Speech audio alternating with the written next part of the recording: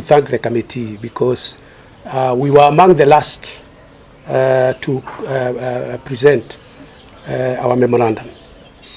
As you all probably know, and it is good to remind you, we are living in a county which has a population of about 2.7 million people as of today. It was 2.4 in 2019. It is about 2.7 and above. Now, these are people where 60%, over half, are living in rural areas, in urban areas. When we say urban areas, you have to remember there is a lot of services that come with it. Collection of garbage, water, fire, and so on and so forth. It's not like living in rural areas.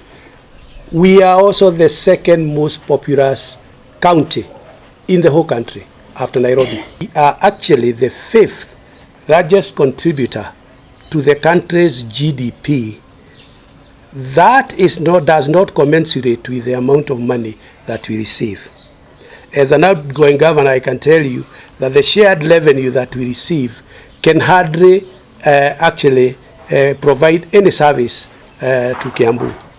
We also do have a disadvantage that we are not covered with some of other sources of revenue, including not getting as much grants as has been the case. And out of the population that we are talking about, and considering that about 500,000 people who work in Nairobi actually spend the night in Kiambu, therefore demanding more services, this caucus met and decided to therefore go and make that presentation to the National Dialogue Committee, creating additional counties from the current Kiambu County. As you are aware, there has been a proposal and presented to the National Assembly of creating about 10 or 11 additional counties. And they are all there, they are in our document. But none of those was Kiambu, despite what I have talked about, the population, despite all the challenges that we are talking about. And therefore, we felt that it was, the onus was on us as the leaders, as the caucus, to go and make that presentation. And we made a presentation requesting that the current Kiambu County is divided into 3. So of that population is at now is close to 1 million people. It was 820 in 2019. So about close to 1 million, 900 to 1 million. The second county that we are proposing to be hived off of the current Kiambu County is Kiambu East, to comprise of Kiamba with a population of 240,000 people. Kiambu, Kiambu, Githunguri, Ruiru constituency, which has 371,000 people. The total as at 2019 was 920,000. Today, it will be 1.1 million people. The third one is to be called Kiambu West, comprising of Kikuyu constituency, Remuru, Rari, and Kabete. As at 2019, the total population was 700. Because of the influx that is going on towards Deya, we estimate that this again is approaching 900 to 1 million. And those were the basis of our request. So we made that presentation. We shall be following up because the memorandum is there. We are, as one of the members has said, we are urging our people to see that this is a motion that is going to be forwarded, and we need to follow it up so that we can benefit from the resources that are coming to the nation. That the division of revenue goes through constituencies. CDF ndio inagawa development kiti, na tunaona ikigawa namna hiyo sisi tunakuwa tumeumia sana. So maombi yetu kwa National Dialogue Committee ilikuwa tupewe 7 new constituencies katika county ya Kiambu.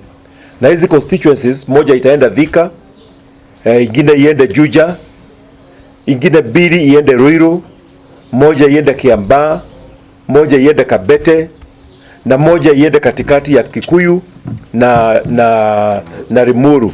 ili waweze kugawana hiyo population. Ikifanywa hivyo, ugavi wa pesa utakuwa at least hautakuwa equal vile tungependa, but it will be much better than the situation we are having now.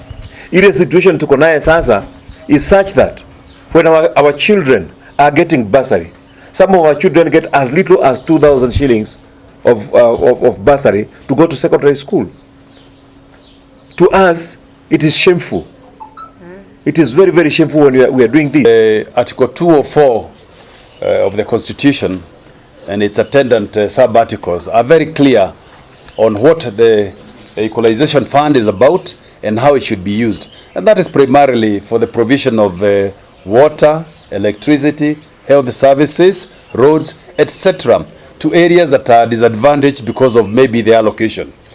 There's this perception that Kiambu is a very rich area. It is true that we have a lot of arable land, but also within Kiambu, we have areas that are marginalized because of their allocation, because of weather patterns, and therefore are not able to compete effectively from an economic point of view. That is why we are pitching for equalization fund, so that some areas, and I can name some areas that are totally disadvantaged, and in fact some of them are already included the gazettement that gazetted the ASOS some time back. We have areas like in Lari, we have areas like the escarpment and Kejabi. These areas are to a large extent ASOL areas. We have Kikuyu, where we have areas in Kikuyu like Karai, Nashu. In Limuru we have Deia. In Thika we have Goliba, Gatuanyaga. In Juja we have Morera and Karimoni areas. These areas have a cumulated population of more than 500,000 people who experience exactly the same conditions that are experienced in those other marginalized areas. And we want to see the formula that is used to equalize funds being used and including these areas that we have mentioned in the Kiambu County. Our grievances was heard yesterday. It is not a question of whether our grievances are heard or not. I can tell you, from where we sat, we got consensus from across the two bipartisan party. So our proposal was presented, it was very widely accepted, and we are hoping and praying that in the next step we shall be there to present more details of our proposal. The fact of the matter is that this country has entered into a national dialogue. Okay, the national dialogue comprises of other issues, so it is important for us to have faith. It is important for us to think and wish everybody well, so that issues such as the ones that we are talking about can get an entry for consideration. Elected business professionals and all of those to discuss development issues with non-partisan on politics. When time comes, when time comes, we will come and tell you about the political issues. But today, it is so important that this caucus discusses about development of Kiambu, because that has taken a back step for a long time. By the way, those are statistics of 2019.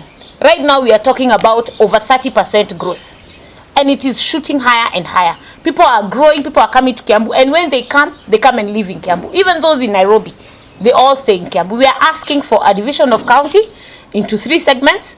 We are asking for additional constituencies so that we can get more allocation.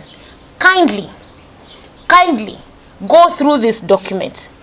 Go through it and don't criticize it in regard to party affiliations. This is to the members of parliament that are elected. Kindly, Wanjiko is watching you. The voter is watching you. You know this is good for the people of Kiambu. If you feel that you're going to fight it, you'll be wrong. You'll be doing injustice to the people of Kiambu. Carry it, push it on. We are going to back you up. We are leading. We have started. Follow us.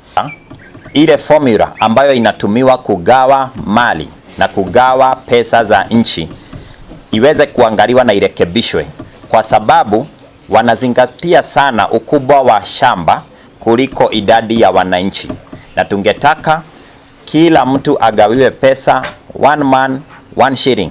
Ikienda hivyo ndivyo italeta usawa. Kwa ile formula inatumiwa saa hii haina usawa. Kiambu-inĩ atongoretie kĩama na no agũkũ Kiambu twina mheshimiwa Shikiro ari nominated kũrĩa Kiambu na twina mheshimiwa ũngĩ rĩu tũtikũreka kahinda kanene kuga atĩ thĩinĩ wa presentation ya tũrekire ira kuga atĩ Kiambu nĩ koretwo ĩtigĩtwo na thutha maũndũ-inĩ maingĩ mũno ũhoro-inĩ wa mĩgaĩre ya